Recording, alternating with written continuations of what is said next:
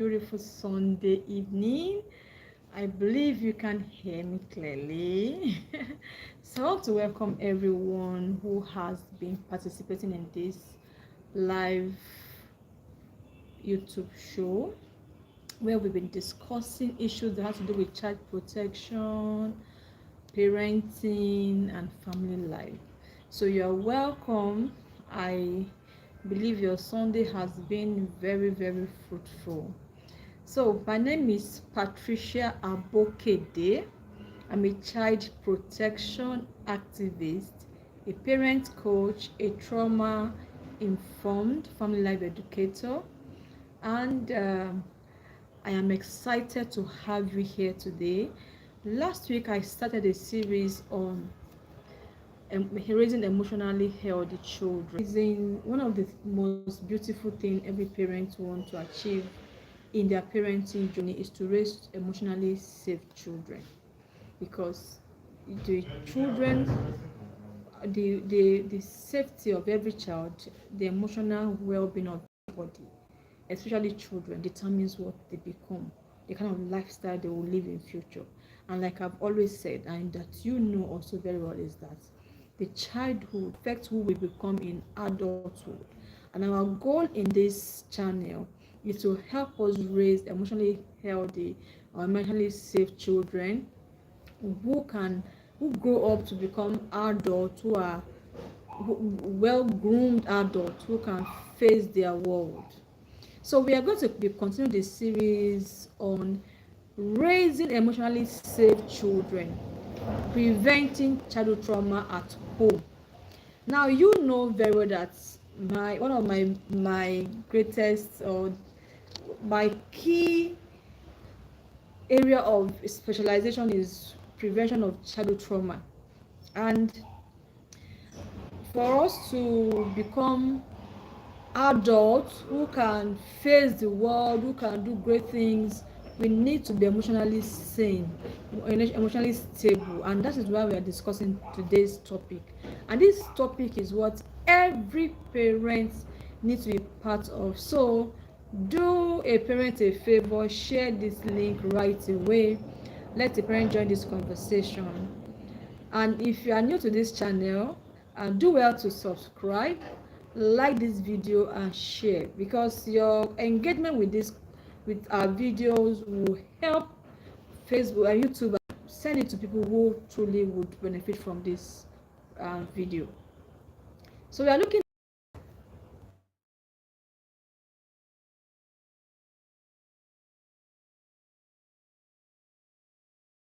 far, or if what you are learning so far, you know, if if something that you really want to know, or is there a topic you want me to discuss that I've not really touched, I would like to hear from you.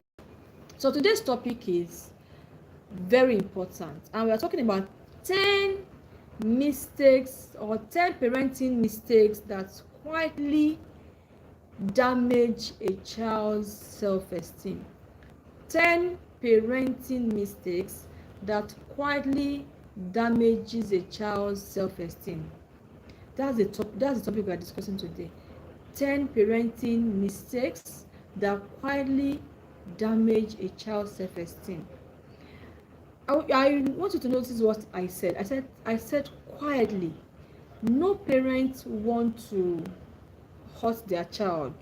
Every parent loves their children or their child. Every parent, want to do something that will make a child happy. We want to give our children the best. We want our children to excel in everything they do. We want to give them the best. Within your means, you want to give your children the best. But there are sometimes we don't know, some attitude or some things we do quietly destroy our children's self-esteem. And this is what I want us to look out for in today's video. So I want to appreciate those that have joined me already. Thank you for joining me. And I want you to do something very important for me. Quickly pick the link, share this link with somebody, a parent who needs to be part of this conversation. Now let me tell you something.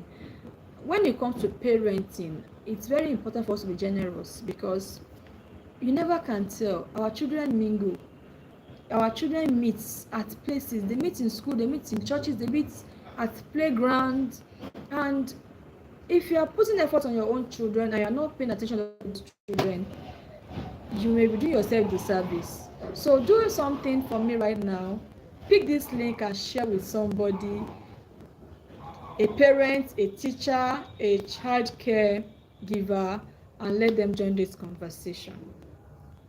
So most parents genuinely love their children, yet some everyday everyday parenting, slowly chip away a child's confidence without us realizing it. Sometimes we do things that gradually destroys these children's self-esteem without you knowing. And this can be very, very dangerous, especially when you think you are doing the right thing and you don't know that that right thing you are doing is actually affecting your child. And that is why we need to pay attention to today's topic. So if you are joining for the first time, you are especially welcome. Please subscribe to this channel, like this video, share with another mother, another parent, a teacher, a caregiver, or anyone who loves helping children. Today's conversation is one that I believe every parent needs to hear. So our topic, like I said, today is 10 parenting mistakes that quietly damages a child's self-esteem. So the good news about this is that even if you have been doing some mistakes, you have been indirectly or unknowingly damaging your child's self-esteem. One good thing about it is that awareness changes everything, and that is why we're having this conversation today. Now you are going to be attentive, you are going to be aware of some of the things you might have been doing that could have damaged your child's self-esteem or that is damaging your child's self-esteem. But before we go into those 10 mistakes, let us look at what is self-esteem on itself. What is self-esteem? What is self-esteem? We need to talk about that. So, but before I go deep into this, I want you to know that I'm not here to blame any parents. I'm only here to create awareness. So this is not to make you feel guilty or make you feel less of a good parent. It's about becoming, a better parent. Like I shared last time, children don't deserve. Children are not looking for perfect parents. They are looking for better parents. Parents who are present. Parents who are intentional.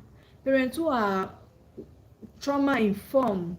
Those are the kind of parents a child needs, not necessarily a perfect parent.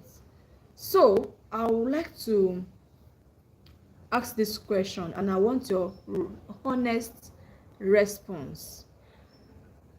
Growing up, were you often encouraged? I want to know, when you were still a child, were you often encouraged or were you often criticized? So if you were often encouraged, put either you say A, mostly encouraged. And if you were not always encouraged, write B, or mostly criticized. I would like to hear from you. What was your growing up like? Were you often encouraged or were you often criticized?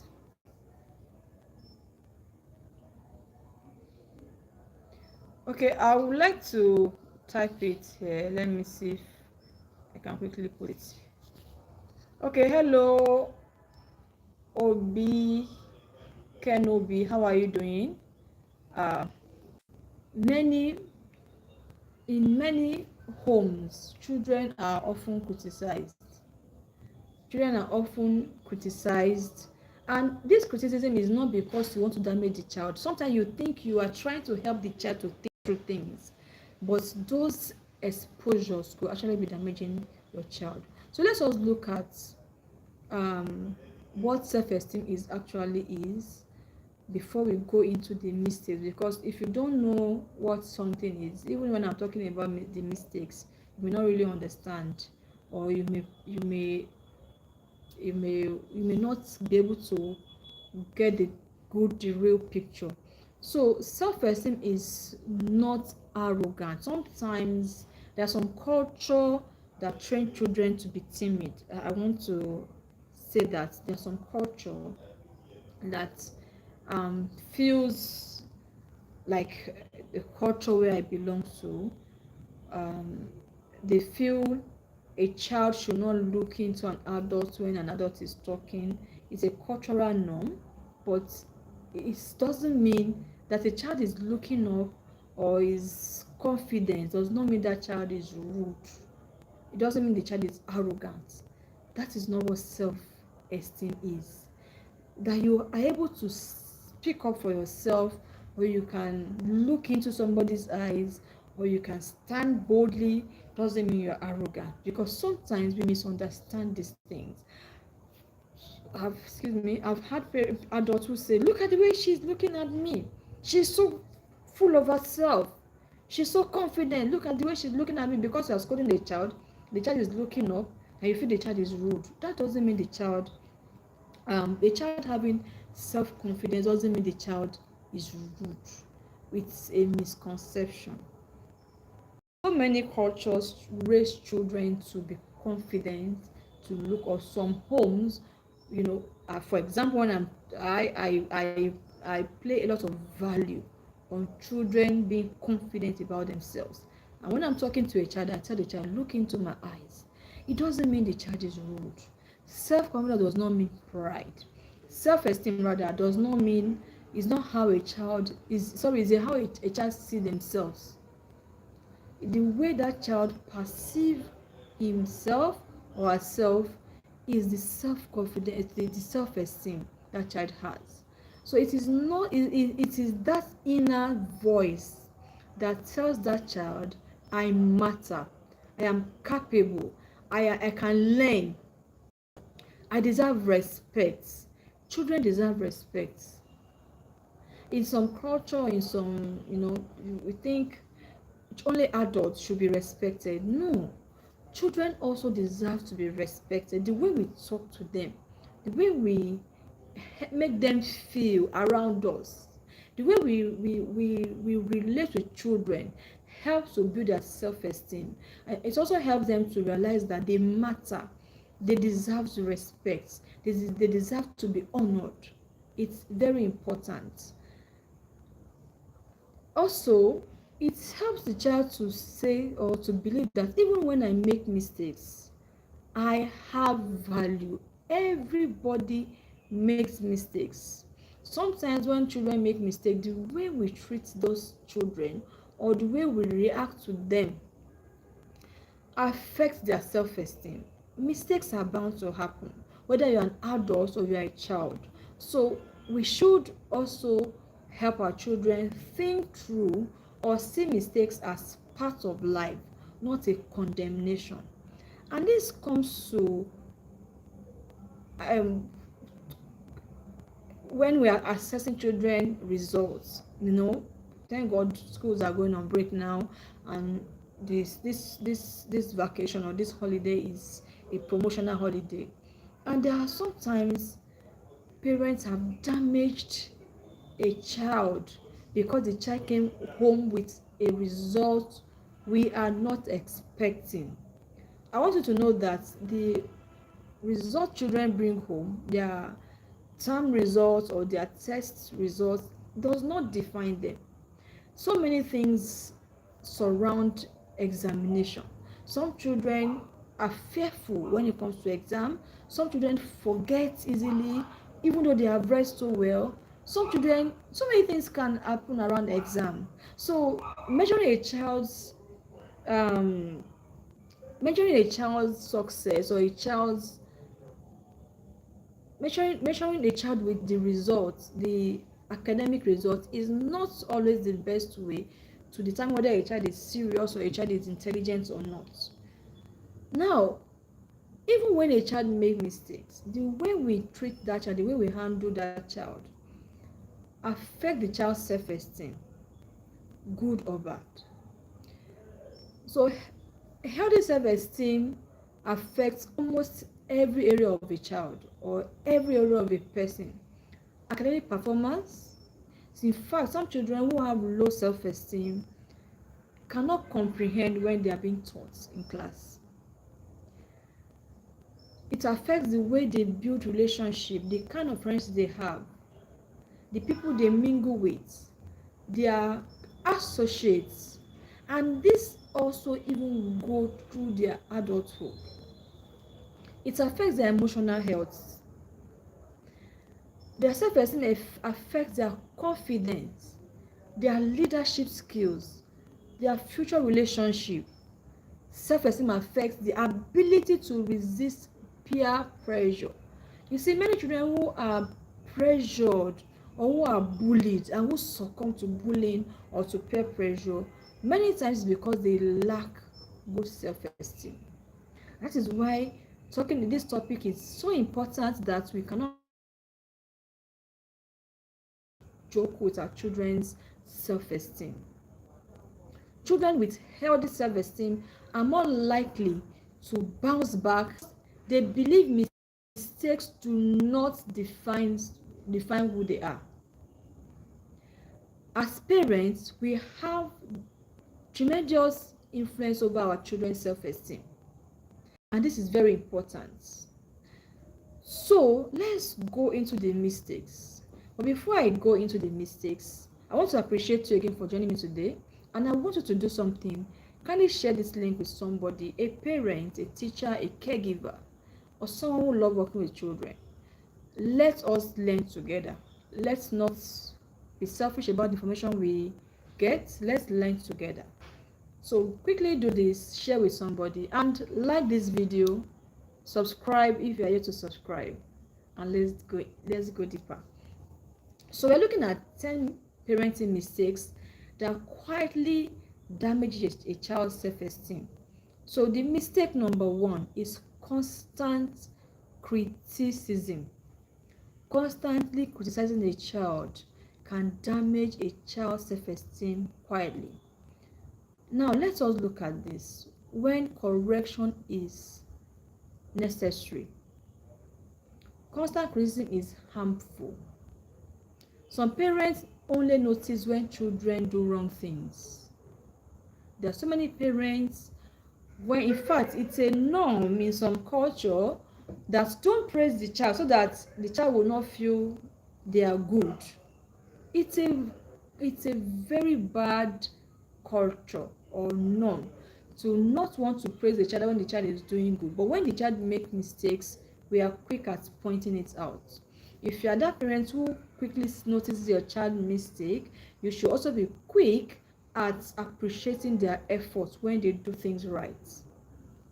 So always, when you always make, for example, when parents say things like you're always making mistakes, why is that you cannot do something well? Why is it that you're always making mistakes?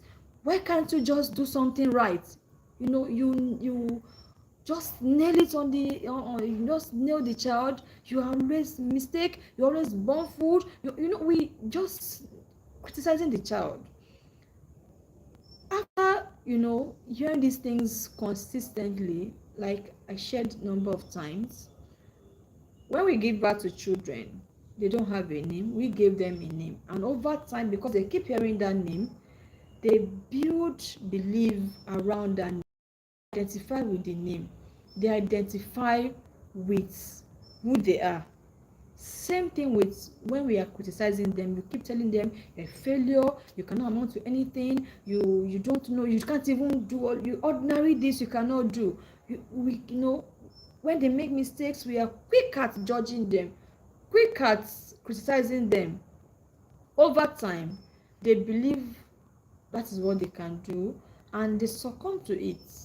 I've had children who say, when my parents don't believe in me, they keep saying I'm lazy, then I just want to be lazy because that is what they believe me to be. So when you keep saying, criticizing children, you are lazy, good for nothing, all of this, it affects their self-esteem. Over time, they begin to believe that is who they are, and they start living that. And so you would not know. You would think you are helping the child, not knowing that you're actually damaging that child's self-esteem quietly. So correct the behavior, which is the most important thing. The most important thing is to correct that behavior and not condemning the child. Don't attack a child's identity. Instead, say things like, I know you can do better. I believe in you. Instead of saying, oh, you are a naughty girl, you can't do things right. Just say things like, I know you're a very smart girl. I know you're a very intelligent girl. I know you can do well. What happened? What happened that you didn't do well in this exam? Or what happened with this thing you did? But I know you can, say what you genuinely desire to help that child, not that you are condemning the child. Look at the two scenarios. You are just a good for nothing child. You don't even know anything. You can't make good, you can't just make you can't just do things correctly. And the other way saying, I know you are good, I know you are smart, I know you can actually do this thing very well. What happened? You have given that child the opportunity to be able to think through and desire to do better. So let's reflect. Ask yourself this question. Do I praise my child as often as I correct them?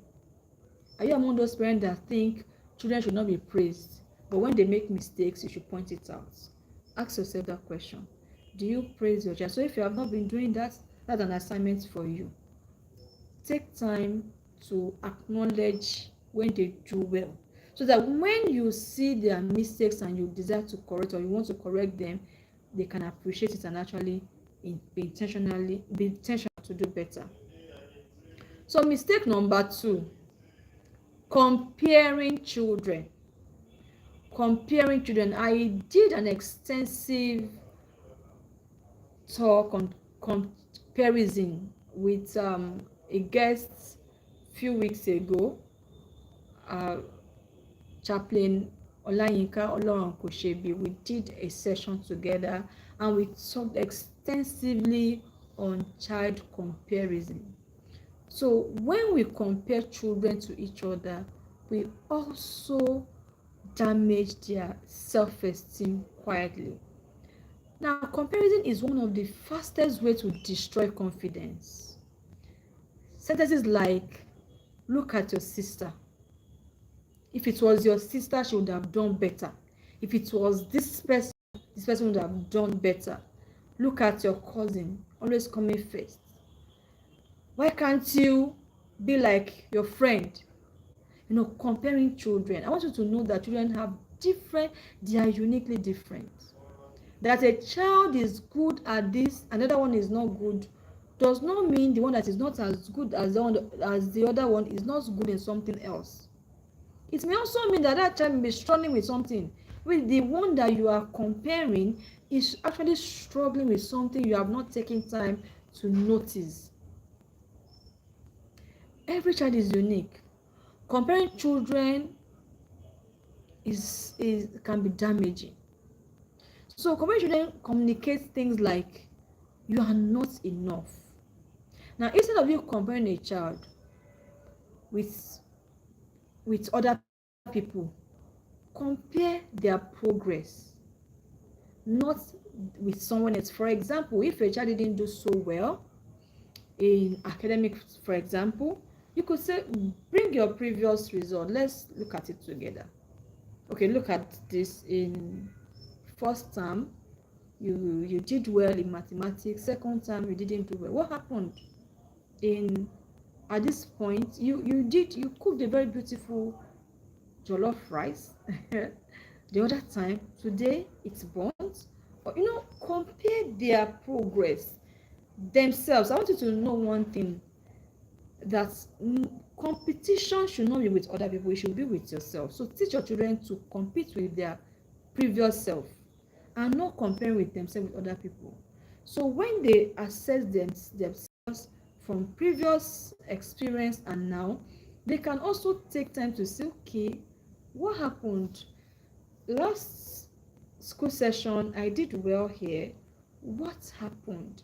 They can think it through and say, okay, probably I was I was distracted. They could also trace their own faults, and not you comparing them with other people. So it's very important for us to know that comparing children can damage their self-esteem. So when we compare their results, their own results, it helps them to think internally, assess themselves genuinely, not the anger of why is mommy always comparing with this person. Do you know that when you compare children, it can even create resentment among siblings or family members or friends? It can create jealousy. It can create resentment. And one thing I want to tell you, if you're a parent here who is comparing your children may grow up to not like each other, and it's going to affect your old age. Because when you have successfully created enmity between your children and you are now old, they are supposed to now be your support. They cannot stand each other again. They cannot stand. They are not seeing themselves as friends. They are seeing themselves as competitors, and it's a huge problem when children are grown and you are no longer in power. So don't be the one who is going to destroy what you have started. All right, so let them celebrate their growth. Let them to celebrate their growth. You're not comparing with them with another person any longer. You are comparing them with themselves. Then they can learn how to assess their growth. They can learn how to set goals for themselves. They can, assess, okay, previous term I did well, this term I didn't do so well, or I did poorly last time, I improved this time. What did I do differently? You are giving them the ability to think through their process, to be able to appreciate their efforts, and to be able to assess where they may be wrong or what is distracting them. And this will help them become better person.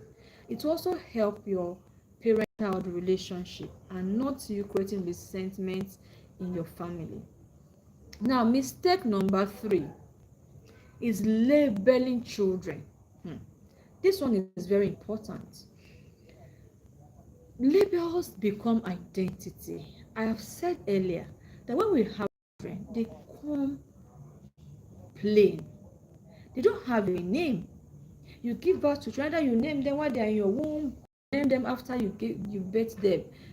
For example, in Africa or in Nigeria, we do naming ceremony 8 days for some culture after delivery. Some take time, but it's a very special occasion when you have a newborn baby. We invite your families and friends to celebrate with you for having that new baby, and then we give different names. Everybody submits their names, and you have some children have 15 names, 10 names, even though you end up bearing just 1 or 2.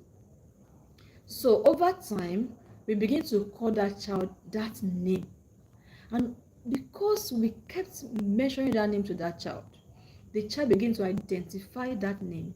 Okay, my name is Patricia, and then each time you call Patricia, the child is looking at your side because you have consistently named that child that name. Same thing happens when we label children. So that child that you've been calling stubborn did not become stubborn overnight. You have told that child that the child is stubborn. You have told that child that the child is lazy. You have told that child that the child is good for nothing. You have said it consistently. And as the same way the child recognized his or her name, the child has identified with that labeling. So instead of you saying you are stubborn, you are lazy, you are good for nothing, change your narrative. Tell your child you are made to be good, or you didn't make a good choice. You know that one thing about behavior is they can change. Tell the child you didn't make a good choice. What happened to you? Ask open-ended question. Let them think it through. Okay, come here. What happened? You ought to have done this. You have not done it. You've been sleeping. Are you tired? Is there anything you want to tell me? Than naming that child and labeling that child. And then you begin to say, this child is very lazy. But you mentioned it the first time and you have said it over and over and over and over. And the child has adopted that identity. So labeling a child can destroy their self-esteem. Identity of a child should be protected. Children often live according to the label that is repeatedly heard. The thing you keep, imagine those days in they bring them on the assembly to beat them and call them, those children remain stubborn. So we have to understand that. So children begin to identify with what you have consistently called them. Labeling your child can destroy your child's self-esteem. So if you are that parent who have been calling your child names, it's time to stop and have conversations with your children so that they can see through your eyes, or they can understand why you are actually correcting them and not labeling them. Mistake number 4 is ignoring a child's feeling.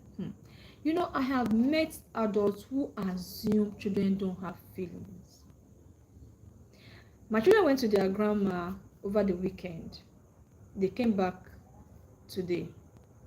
They had a long time in church, and this is very, very, I need to say this because I know I have a lot of Nigerian audience, and I think I've noticed this more than 10 years ago, and I think it's continuously repeating. And I want you to please share this video with every church leader, every children church leader, every school, every community.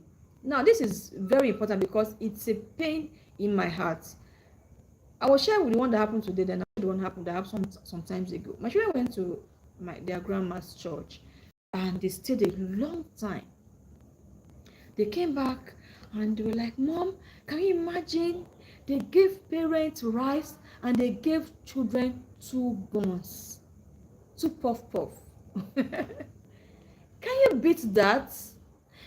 Nigerians, I don't know if this happens in other countries, but I know it happens a lot here. You are holding a party, you invited parents who has children, and then you think it's more important to take care of the older people than the children. This is completely wrong. I've seen it happen in several parts, even in children's party. If the child is turning 2, turning 1, turning 5, and then you take care of the parents more than the children, it's completely wrong. Children have emotion. My children came back, they were furious about it. They were like, can you imagine? They gave parents a plate of rice and they gave the children 2 puff. Why? Children have emotion. I actually stopped going to that church because of that. There was a church I was going to, they were going to do a banquet of something. They told people to donate. It went on for weeks. Kept announcing that banquet, and eventually the banquet came. We went, beautiful canopy, well arranged. The setting was beautiful. It was really a banquet. And then it was a 3-course banquet. I had my children with me. They gave us pepper soup, the first course. I head on to my pepper soup. I was watching. When are they going to serve the children? The children were looking at the parent. They were giggling at the parent, looking. Then I had to stand up, and I went to the children teacher and said, okay, you've served the parents. What are the children going to take? And she said, oh, they've gone to buy their juice. I said, are you kidding me? You were planning a banquet for a church that has children department. I did not plan for the children. This is happening. I've seen it happen over and over again. It has to stop. So you are listening to me, you are a parent, if you're an African parent or Nigerian parent, and this happens around your community, it has to stop. When you are planning a party, put the children, except you don't want children in that party, then tell the parent, don't bring your children. So once you know you are going to have children in a party, plan for the children. Why would you give parents food and the children will not get food? It's damaging. What are we expecting of those children to grow up also and then have party that doesn't take care of the children? This is wrong. So when we have parties, I'm just using party as an example, but I've seen this has happened severally, and it's happened again today when my children went to their grandmother's church and the parents were served, the children were not served. It is completely wrong. Children are human beings. They are human beings who are going to turn to adults, and their emotion matters. So ignoring children's feelings is one way children's self-esteem is down. Imagine children that have gone to church since morning and the service closed very late. This was a special program, and what if their grandmother didn't have money to buy food for them? So they would have gone to church hungry, and the parents would have eaten and feel comfortable. It's completely wrong. So if you are one of those parents or one of those schools or churches or community people who does things like that, where you cater for adults and you ignore the children, it is wrong. So when children say things like I'm sad, children have emotions. It's very important. So when children complain or be justified, let us understand their emotion is valid and let them know. Don't just assume their emotion don't matter, because when you ignore children emotion, you are making them feel, oh, I don't matter, my emotion don't matter. It makes them feel bad and feel like nobody cares for them. So what should you do? Rather acknowledge their emotion. You can say things like, I can see you are hurting. What happened? Tell me more about it. Because ignoring the emotion can actually push them away and make them want to get solutions somewhere, and this makes them vulnerable. So listen to them, and listening is a very powerful thing that you can help to and give them a hug. If they feel excited, sometimes listening alone, just listening to them, makes them feel happy. So I want you to think about when you were a childhood, where your emotion welcome. Did your parents or your caregiver appreciate your emotion? Did they feel you shouldn't feel sad, you should not cry? Imagine, I remember those days they would say, oh, boys don't cry, fine girls don't cry. But your emotion validated rather. So share. I would like to share your emotions were just ignored because you are a child. What was your childhood experience as regards your parents using your emotion?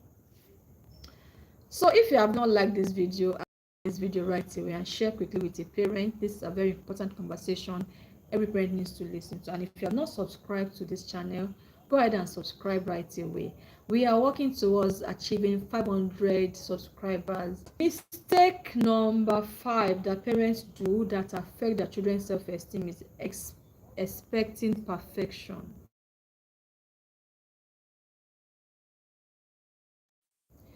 Many times we expect our children to be perfect. We even make them feel we were never children. We just grew up and we just became parents. We didn't make mistakes. We expect them to be 100% perfect. And the truth about it is that if you're that kind of a parent, your children will begin to pretend around you. They begin to pretend as if nothing is happening, and a lot of things are happening right under your nose. Some children live under constant pressure. Every test must be excellent. Every competition must be won. Eventually, what happens, or sometimes when every mistake must be treated as failure. If they make mistakes, you parents see it as failure. They are never appreciated. If they are not first in class, the things like the people that have first, do they have big head? Continually condemning them for their mistakes or their little effort or failures. What happens eventually? Children become afraid, and they are always expecting them to be perfect. And it teaches children to think that failure is a bad thing. Now let me tell you something about failing. You are not a failure until you admit it yourself that you are a failure. Failing is part of success. There's no success story without failing. So children should see failure. The way we handle children failing when they are young affects how they perceive life. For example, when pencil was created, eraser was also created, which means that the owner or the inventor of pencil knows that at a point while you are writing, you are going to make mistakes, and then eraser was created for you to correct your mistakes. So when people fail, what is important about failing? You are failing forward. You only learn how to do it better. When you fail at something, means that you have learned that the way I did it the other time wasn't the best way. I should do it better the next time. So teach children to see failing as feedback and not as a condemnation.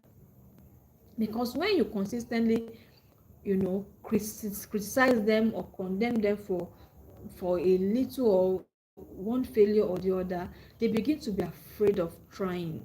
They fear that if they do something new, what if they fail?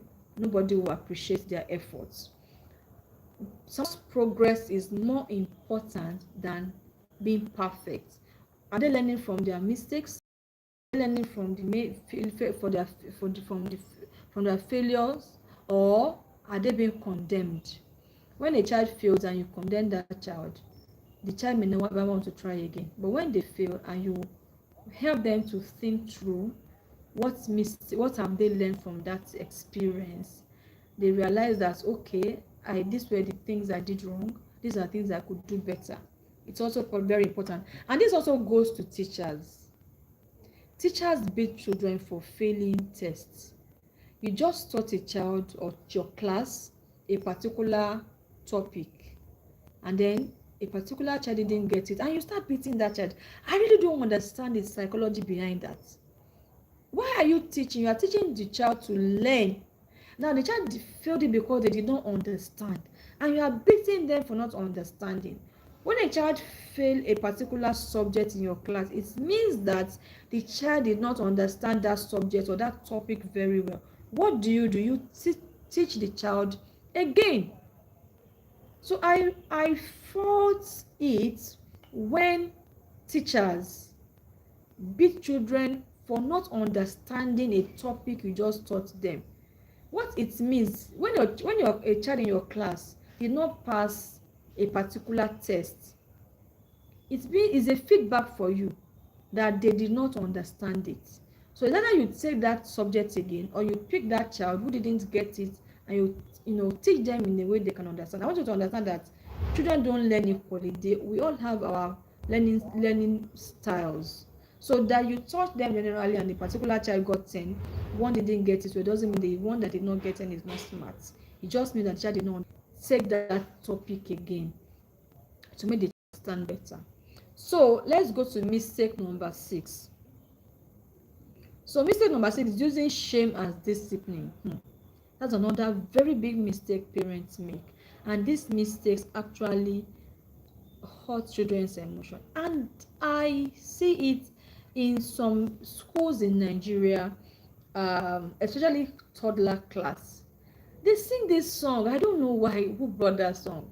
A child that is still learning potty training, wets himself or herself, and then they start singing, we for body, how are you, shame. That song should be abolished in all primary, nursery school. That song, that shame song that you sing in your child's class, toddler class, stop. We don't shame a child who is still learning potty training, a child that has been wearing diaper for some times, and now you are trying to make the child get used to not wearing diaper, and the child corrects a child. And parents also should never do this. It's wrong. I heard a story some times ago of a boy who felt he was led to become a preacher. So he was in school, he started preaching in school, higher institution, and wasn't paying so much attention to his studies. Then the mother went to school, stripped him naked, shamed him, and that affected that child seriously. The child became emotionally withdrawn. He wasn't doing so well. He couldn't cope in school. I think he even dropped out. A lot of things happened after that exposure. There are better ways to correct children than shaming them. Shaming a child because the information is different. The thing you need to warn that did not lead to serious trauma or emotional withdrawal or whatever, you may do to another child and that child may not come out of it. This should be teaching. When you are disciplining a child, you're actually teaching that child. When you are shaming that child, you are attacking that child's identity. So avoid saying things like you embarrassed me. You embarrassed me. You are an embarrassment. You are a disappointment. Parents say things like these things are harsh words. And what you are telling that child is good for nothing. So instead of that, you ask what happened.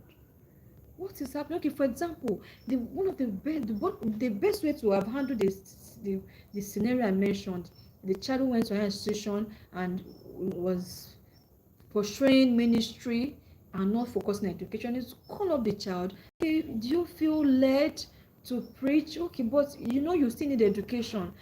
Well, you could engage professionals who help him see reason why he needs to pay attention to his. What can we do differently next time? Discipline should build character, not destroy dignity. When you shame your child, you are destroying that child's dignity.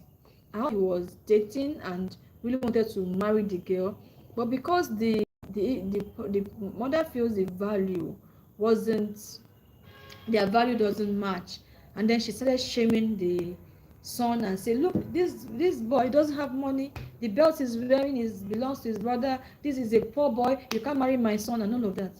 That is big. Why would you shame your child just because you think their value does not match?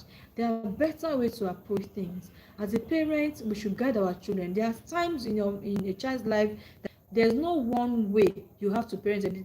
The way toddler is different from the way you are going to talk to a grown-up child. It's also different from the way you talk to an adult child. You don't shame children, especially when they are not adults, and you talk down on your child because you fuck up they a lot. It's with them. The things they see us do affect them, affect the way the choices they make, affect the things they do, affect who they become. So let's go to mistake number 7.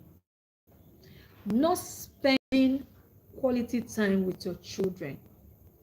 Now, because many of us are busy parents, we are running to make ends meet, we want to pay school fees, pay house rent, we want to pay bills, and sometimes we don't have enough time to spend with these children. It can be damaging. Sometimes ago, I was so busy that I was coming home very late. My husband also was coming home very late. We hardly had time for our children, and I realized that my children when we come back from work, they'll just say hello, welcome, welcome. They will go inside. They were not friendly with us. They were not talking to us, and I was wondering what is happening to these children. I begin to feel concerned that something is wrong. Either we are missing it or they are missing it. So I realized that it was because we were not having quality time with them. So I adjusted my schedule. I started coming home early, and my husband too. We adjusted our programs, and we started coming home early. I want to bet it with you because we started having time with these children. We started, then we created activities that make us bond. We started sharing, we read, we together, we share ideas, we allow them to have open conversation with us. The atmosphere changed. They became more friendly. They had confidence to begin to share things with us. And I was like, wow, our children have actually missed us because we were very, very busy.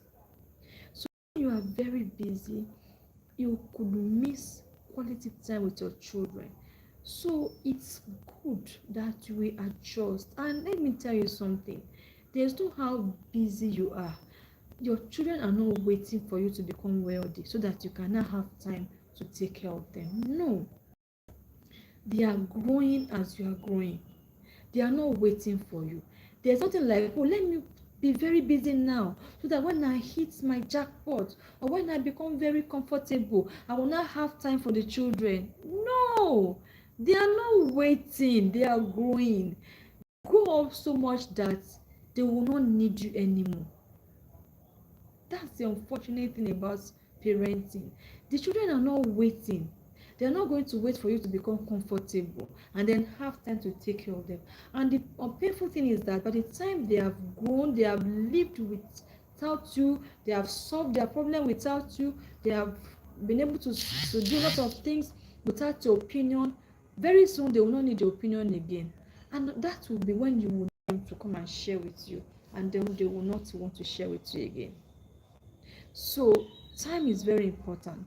Children spell love as time. Children see love. You know, that gift you give them, or you spend money, get house help, you get people who do of your work.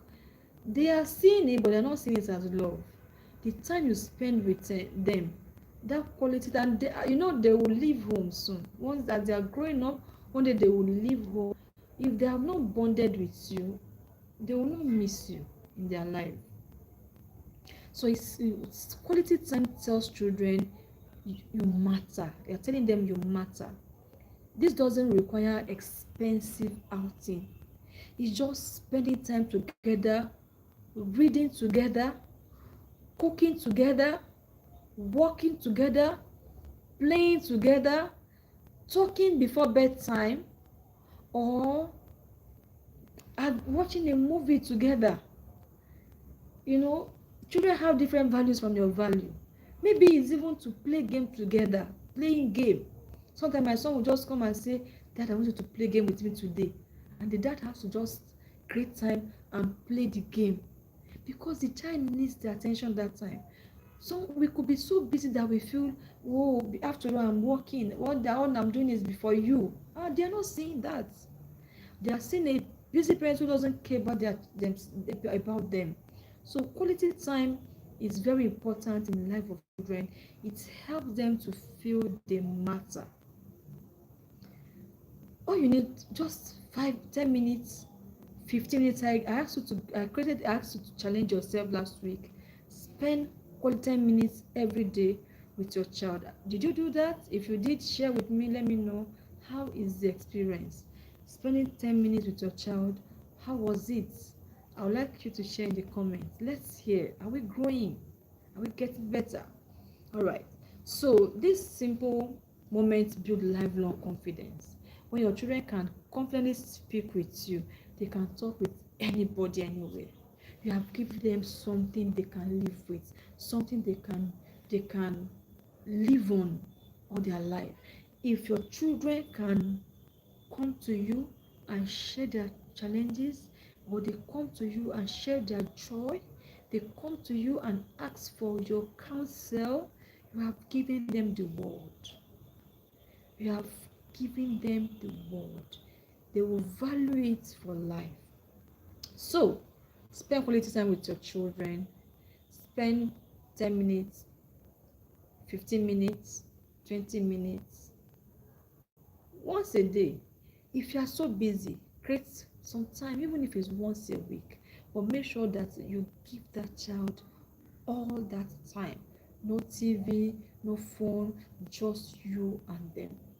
Now, mistake number 8 many parents make is solving every problem for them. I have some parents, or I know parents who does this a lot. You don't want your child to try. I know of somebody, a senior colleague, who solved all her children's problem. When the children are now grown up, they still depend on her to do so many things.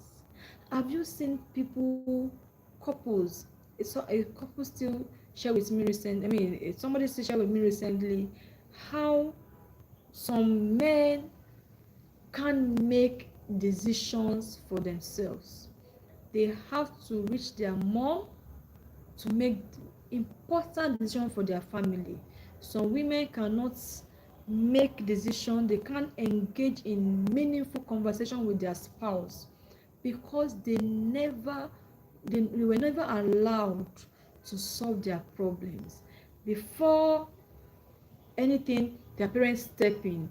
If you are doing that for your children, you're not helping them to become problem solvers. One of the powerful skill anybody can have in life is to be a problem solver, because people who solve problems and people who become wealthy, who become solution founders. Everything we are using on earth was somebody's idea.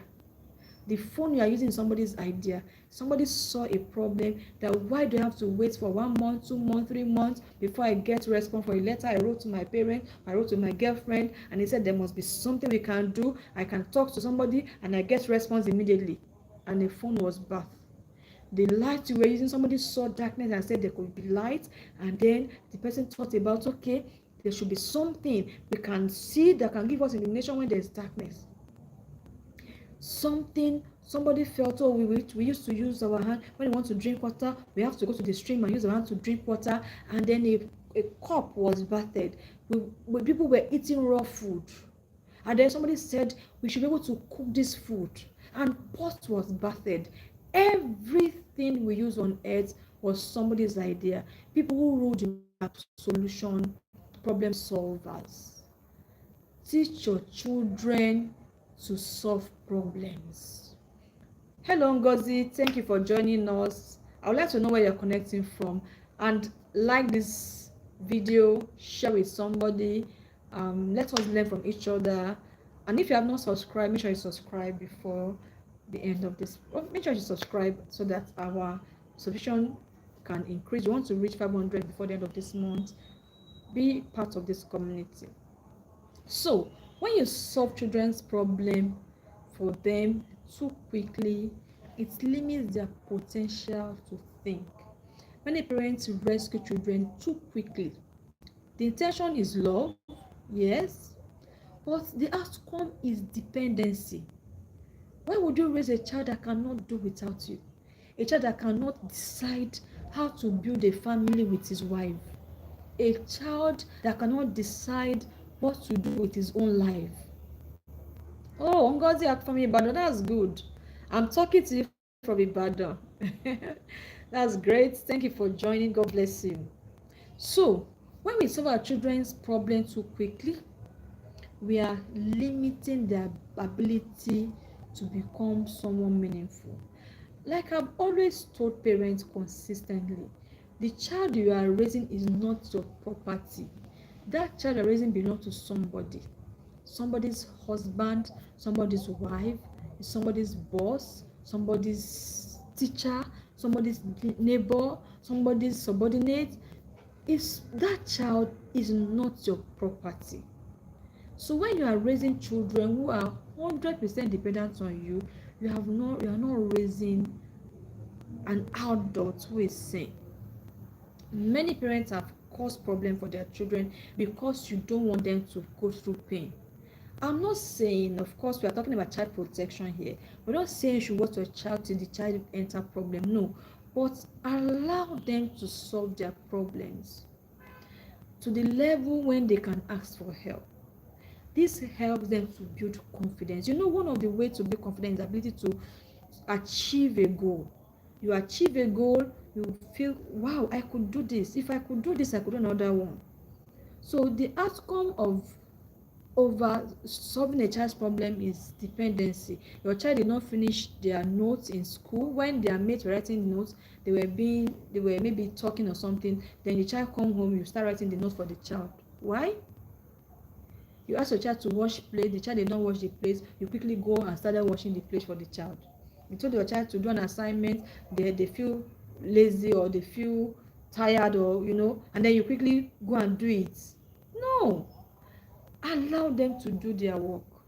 Age appropriate chores.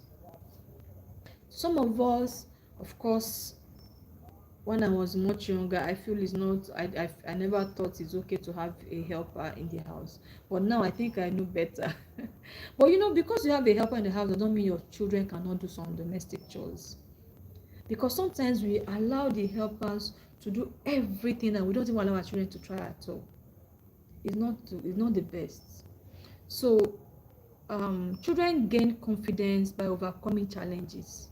When children achieve a goal, they overcome a challenge, you see that their confidence is increased. Even you, when you have a challenge, you have something you want to do and you're able to do it, it boosts your confidence. Same thing happens to children. So what do? We guide them, support them, cheer them up, give them the boost that they can do it. Don't always do everything for them. Let them do it themselves. There are age appropriate chores children should do that you should let them do. Don't do everything for them. Ask, what do you think you should do? So sometimes you're just giving them, how can you do it? What could you have done better? I do this for my children a lot. I ask you, okay, that thing that you did, what is the best way you could have done it? How would you have done it better? So that they can think it through. And when next they have an opportunity to do the same thing, they will be able to solve their problem better than the previous one. So mistake number 9, withholding affection after mistakes. Now, there are some people that are good at keeping malice. You are even keeping malice with your child.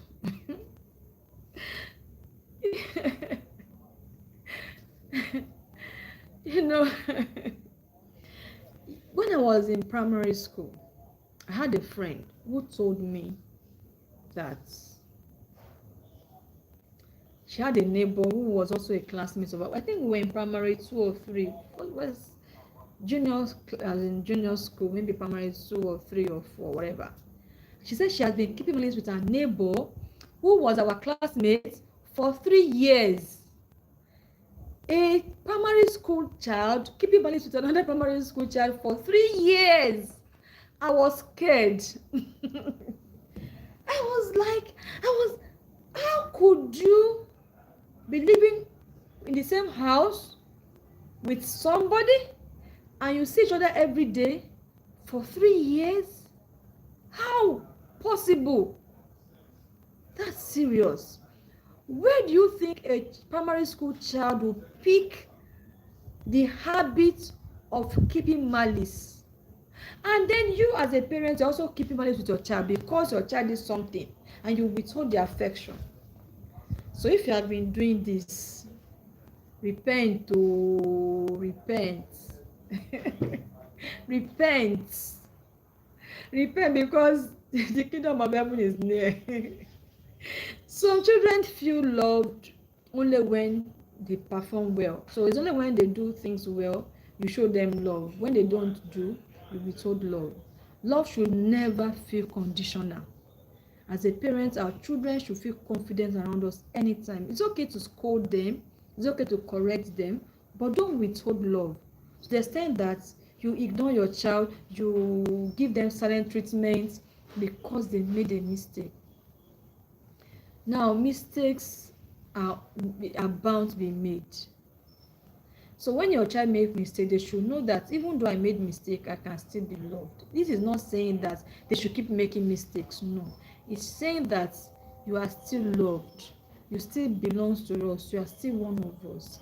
You should never push your child away. I met a young lady sometimes ago who was raped because of the way her parents were treating her. In their home, when they make a mistake or they are being punished, they will lock them out of the house.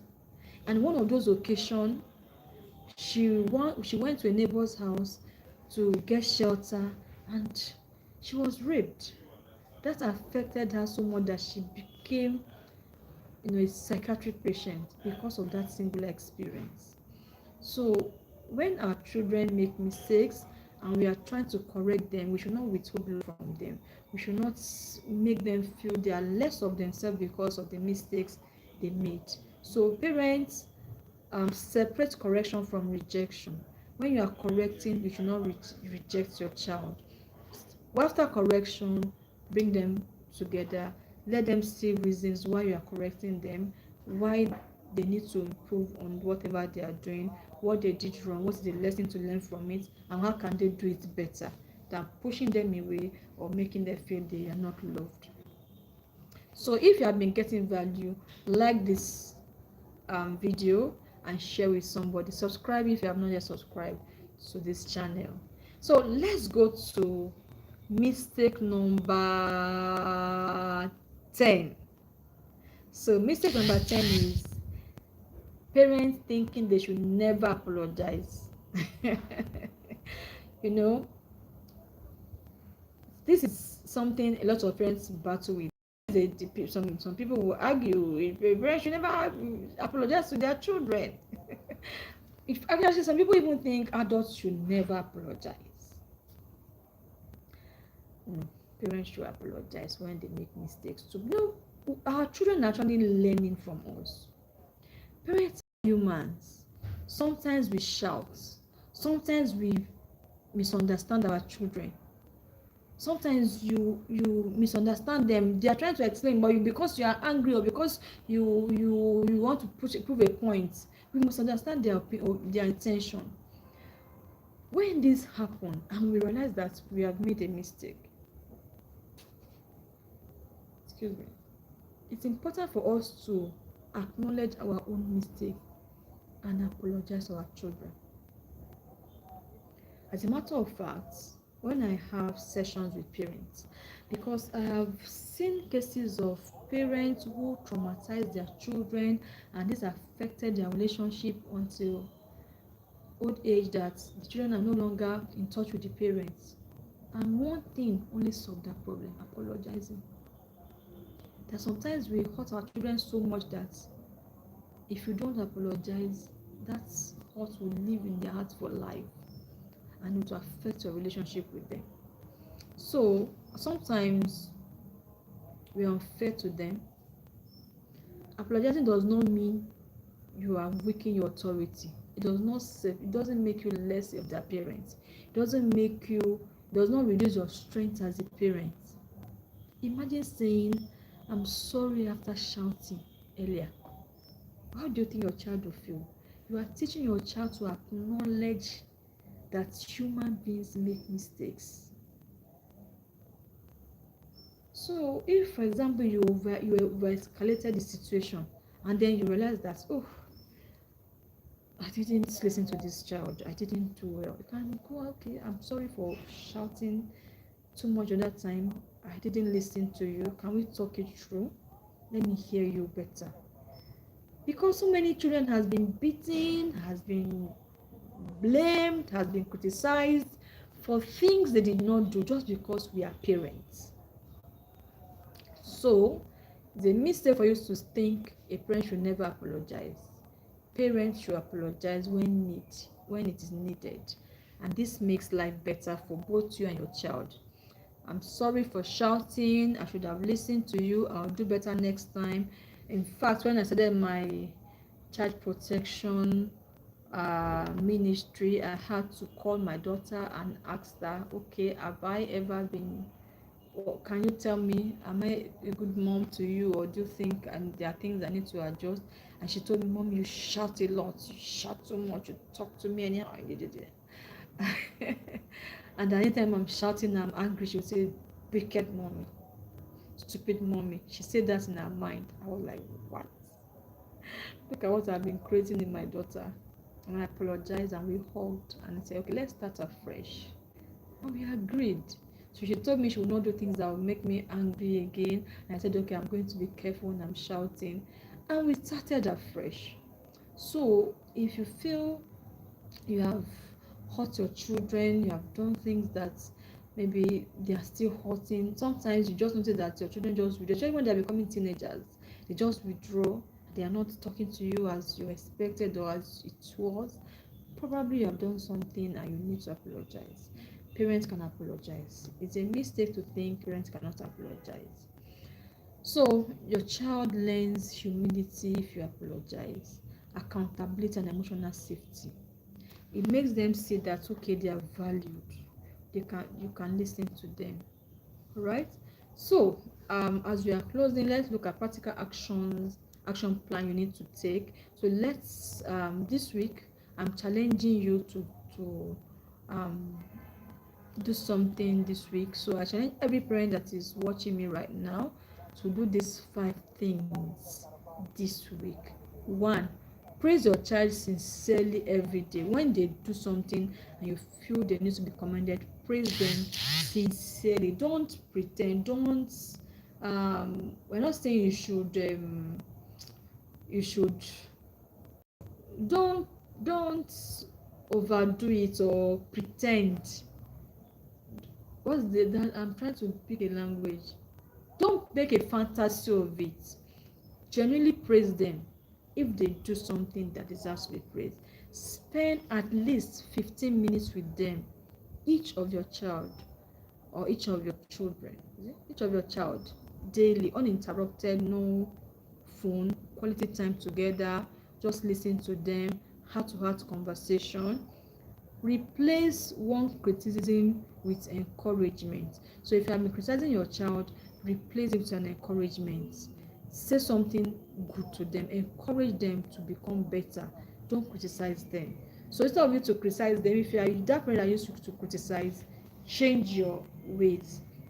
Number 4 is listen without interruption when your child shares their feelings. So if they share their feelings, they are angry, they are listen to them. Is just listen, let them vent themselves. Don't say, sometimes say it's okay, let them say it. When they are through saying it, then ask them, okay, so how could you have done it better? Okay, what went wrong? How could you have, assess that situation with them, let them think through it, and then you give them opportunity to think through it and how they can improve themselves if they find themselves in a situation like that again. Then number 5 action step is, if you make a mistake, apologize and reconnect. Don't be proud. Don't make it look like if I apologize to my child, no, you can't apologize. It's because we are all humans, we all make mistakes. So let your children see the truth about life through your action with them. When we brag over things and we are proud, they will get married one day and they will hurt their spouse and they cannot apologize. So help your children to live a beautiful life by the way you relate with them. So I believe today's edition or today's conversation has been very, very valuable. We have discussed 10 mistakes parents make that affect their children's self-esteem quietly. And I would like to know how this conversation has helped you. I'd like you to share in the comments what is one thing that you think you'll be doing differently this week. So as we close today, remember, children see themselves through the mirror of the important parents in their lives. We are the mirror. We are the mirror they are seeing. They are seeing life through us, and the way we treat our children, the way we relate with them, affect their attention, their perception about their life, their self-esteem. The words we speak becomes the voices they hear, even in adulthood. Let's choose words that build rather than breaks. Let's choose words that make them feel like human, that make them feel important, makes them feel accepted and loved. Let's choose connection over control. What matters is the willingness to learn, grow, and repair. It's very important. So every positive interaction is an opportunity to strengthen your child's confidence and emotional well-being. So if today's session has helped you as a parent, like this video, share the link with someone, subscribe to this channel, and follow me every Sunday 7 p.m. West African time as we have this meaningful conversation around child protection, parenting and trauma-informed family life education. So I would like to know which of these 10 parenting mistakes challenged you. Which of them, and what positive change will you begin to make from this week? Let me know your opinion. Which of all of these mistakes I shared 10, which of them do you think spoke to you directly? Share in the comment, and also let me know how are you going to improve on yourself starting from this week. All right, so it's a new week, and we can start a new beginning as we learn everyday experience. A child's self-esteem is built one interaction at a time.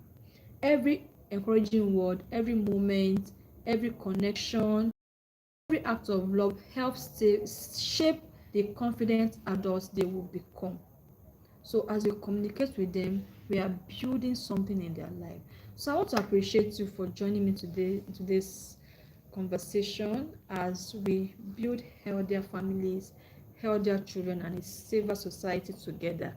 Join me next week on this channel, 7 p.m. West African time, as we have another discussion around raising emotionally safe children. My name is Patricia Abokede.